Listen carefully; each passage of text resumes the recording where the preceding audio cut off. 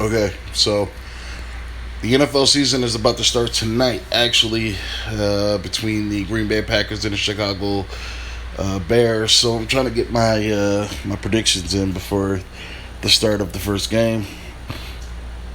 Um, it's been a rather interesting preseason with some of the stories coming out of certain camps and a lot of releases, a lot of trades, a lot of free agent pickups. A lot of reunions, a lot of separations, and our favorite apparent drama queen, Antonio Brown. And his whole storyline or whatever about fucking helmets, which is retarded. But okay. So the Green Bay Packers and the Chicago Bears face off tonight. I did a pr- season prediction where I thought that the teams would stack up, where they would, which teams would possibly make the playoffs, and that was just an overview of the season. That was not a, a definitive prediction. Like that wasn't like a definitive thing. Of course, things happen, injuries, retirements, obviously, trades, things like that will change the scope of the NFL. So this is my, I'm gonna do a week by week thing. So for the first game, the Packers versus the Bears, the team that I have winning this game, I got the Bears winning this game. I think that with Matt LaFleur, with this being his first game at the helm of the Green Bay Packers, and it being the first official game of the start of the what the hell is his name? LaFleur. Jesus, I almost forgot his name. LaFleur and Aaron Rodgers era. So it's going to start rough. I mean, you have Khalil Mack on the other side of the line. You have Roquan Smith. You have Eddie Jackson. You have Kyle Fuller. There's a lot of players on that defense that could cause fits for Aaron Rodgers. But I do think it'll be a competitive game if I had to give a score. I think it'll be a relatively low-scoring game, seeing as how it's the first game of the season. Uh, I'll probably go like 20-17 for the Chicago Bears. I think that, of course, Aaron Rodgers is going to keep the Packers in the game. I mean, I think for the most part, the Packers are healthy, so that's a good thing for Aaron. All right, so we're going to move on to the Sunday games. All right, so we have the first game. We have the Bills and the Jets. Now, this is a shitty game, but obviously, I think the Jets are going to take this one. The first week of the season, the Bills are kind of in a not a disarray. They're kind of in a state of confusion right now, disorientation. Like they don't really have weapons. They don't really have a wide receiver threat. They don't have a threat in the running game. I mean, Frank Gore is a good back, but he's old, so he's not really going to be depended on to carry them, throughout most of this game. And I don't know. Josh Allen is still green to me. He needs to. I don't know. I think he needs to kick up his learning curve a little bit. I mean, out of all of the quarterbacks that was drafted in his class, I think he's the one at the disadvantage right now. I mean, we're talking who is it? Baker Mayfield, Sam Darnold, and there was another guy besides Josh Rosen. Well, Josh Rosen doesn't count because he's not even playing, so it doesn't count. He would be in the most compromising position, but I'm gonna go with Josh Allen because he's actually starting. So I think the Jets are going to win that game, get their first win of the season. Browns and Titans. This may be a little bit of a surprise, but I'm going to go with the Tennessee Titans on this one. Even though the Cleveland Browns are at home, they have Odell Beckham, they have Jarvis Landry, they have all these weapons all over the fucking place. I still think that the Titans shows glimpse over the past 2 years. They've shown glimpse of greatness, but they have never been able to put it all together to make a solid team and be able to turn their team into a championship contender. So their constant lack of consistency is what keeps them from being catapulted to title contenders. but they show signs of it every single season. They just can't maintain it. So I think they're going to start off the season on a high note. I think that whatever Mike Vrabel is doing there in Tennessee, he needs to keep doing it, but he needs to find a way to prolong the success that they have. So I'm going to go with the Titans, but it's only because it's the first week of the season and the Cleveland Browns are still relatively new to each other, and we have to see how they play to start off. There may be a speed bump to start the season for them. All right, so we have the Philadelphia Eagles and the Washington Redskins. I'm gonna go with the Eagles. Obviously, I think the Redskins are right now in a state of disarray. I mean, they don't really have a starting quarterback yet, like a firm starter. I mean, right now Case Keenum is the starter, but he's only the starter because they don't have any other options. And Dwayne Haskins apparently isn't ready to start right now. So yeah, I think they're going to be relying heavily on Adrian Peterson. And I don't know. I just don't think that they have the weapons. I don't think that they have the required weapons to be able to compete with a team like Philly, at least not right now. So I'm going to go with Philadelphia for their first win.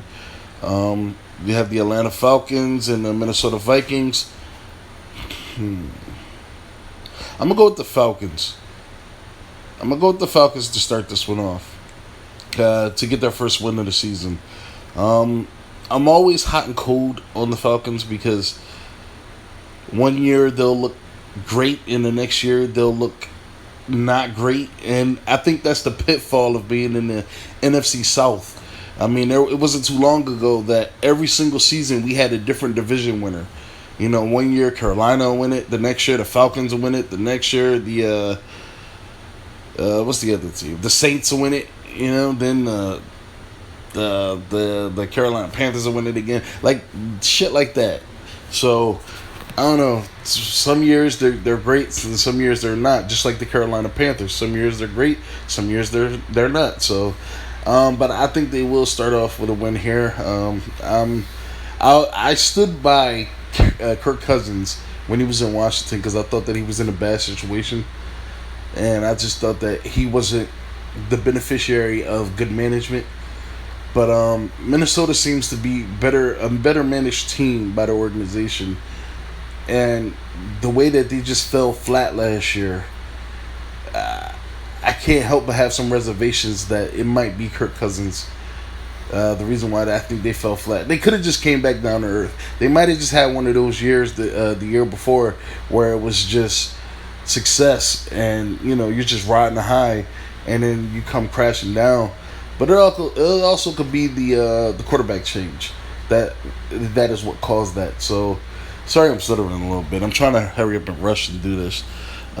So the Jaguars and the Chiefs, I got the Chiefs winning it, obviously. I think the Jaguars, until they prove that they can get back to the level they were 2 years ago, or the year before last year, I don't know. I don't think that they're going to be very effective. They even though I'm very high on Nick Foles, I'm only high on Nick Foles if he's in Philadelphia. So I got the Chiefs taking this one. I can't wait to see what Patrick Mahomes can do, because Patrick Mahomes, if anybody had to prove themselves this year, it's Patrick Mahomes. Patrick Mahomes has to prove himself this year. He has to prove that he can do it again. He has to prove that last year wasn't a fluke. The Miami Dolphins and the Baltimore Ravens. Obviously, the Ravens. I think the Dolphins are a train wreck. They have no star talent whatsoever on that team anywhere. The only one that's close to being a star. You know what? There's a couple players that's close to being a star. What's the linebacker's name? Raekwon. Crap! I forgot his last name. McMillan. Raekwon McMillan, the linebacker. Minkah Fitzpatrick, the safety, and you also still have Devontae Parker and Kenyon Drake, but none of them are stars. They're all young, unproven talent.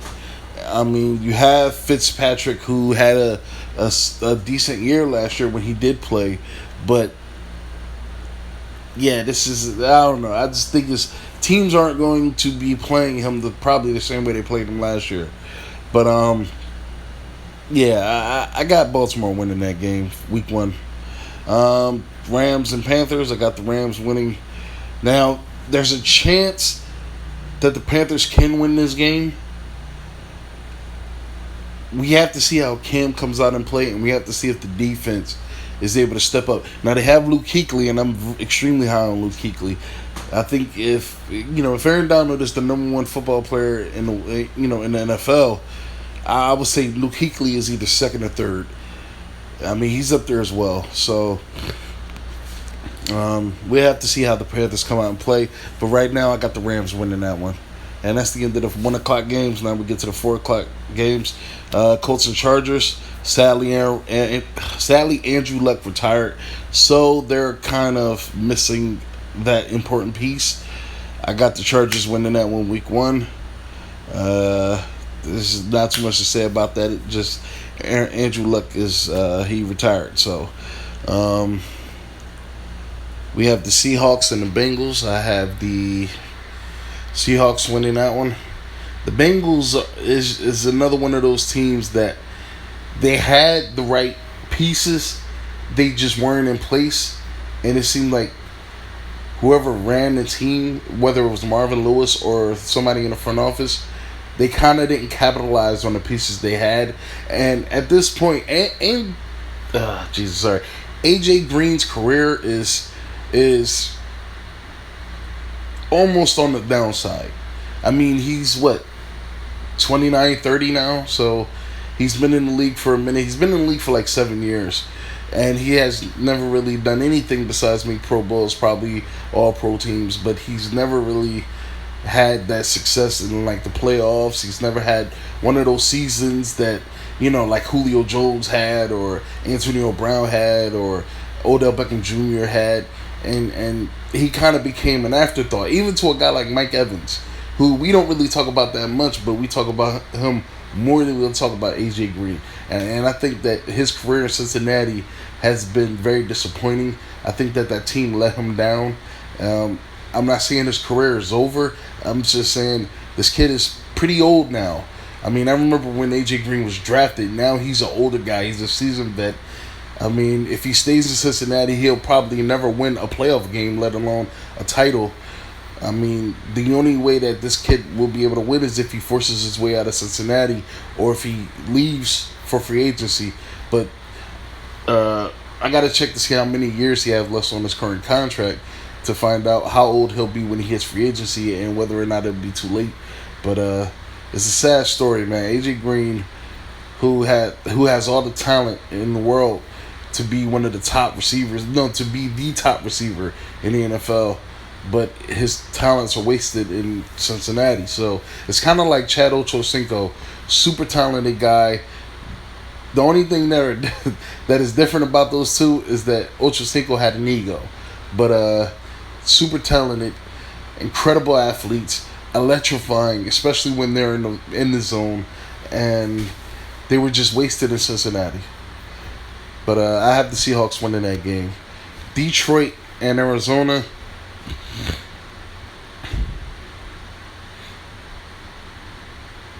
I'm going to go with Detroit. I was thinking for a second because I didn't know if... I don't know. I don't want to predict an upset there because, I'm not really high on Kyler Murray like that. All it takes is one big hit to really... I believe to make Kyler Murray realize that this is not college football anymore. And that's kind of what happened to RG3. That's kind of what happened to Richie Bush, where they were just thinking that it was all sweet until they really took that hit, that welcome to the NFL rookie type shit. So we have the 49ers and the Tampa Bay Buccaneers. I think this is going to be my upset pick of the week. I'm going to go Buccaneers. I have little faith in the 49ers. And people made a big deal about Kyle Shanahan, and then they made a big deal about Jimmy Garoppolo, but we have yet to see any any results from this experiment, and this is their second. We're going to their second year together fully, and I really have to see how they play this year. But right now, this is my upset pick of the week. I'm going with the Buccaneers. Cowboys and Giants. I'm gonna go with the Cowboys. The Giants are just a mess, and I love watching Saquon Barkley play, but Eli Manning is still the quarterback of that team. The defense is still horrendously terrible, and the offensive line is still a mess. So it's not too many positives that we can go off of. So the Cowboys, I think, win that pretty easily. Patriots and Steelers. Now, I'm pretty sure we all know who I'm going to pick, but I'm going to try to explain myself a little bit. The Patriots obviously is... Well, not obviously. The Patriots, to me, will win this game, obviously. But the reasons are... People are a little bit too high on Juju Smith-Schuster until I'm able to see him as the number one option. I mean, for a full season, as the number one option, play at the level that I guess he played last year. I really didn't notice him too much, but I didn't really watch too many Pittsburgh games last year. I started watching some games late in the season because, the playoff race, but I didn't really watch too many Pittsburgh Steelers games. So, I don't know. I'm not really seeing Juju as that guy. Like, I don't see him as a superstar. So, I don't know. You don't really have anybody else. I mean, James Conner had a good year last year, but I don't know. It's just Pittsburgh seems like a risk to trust this year.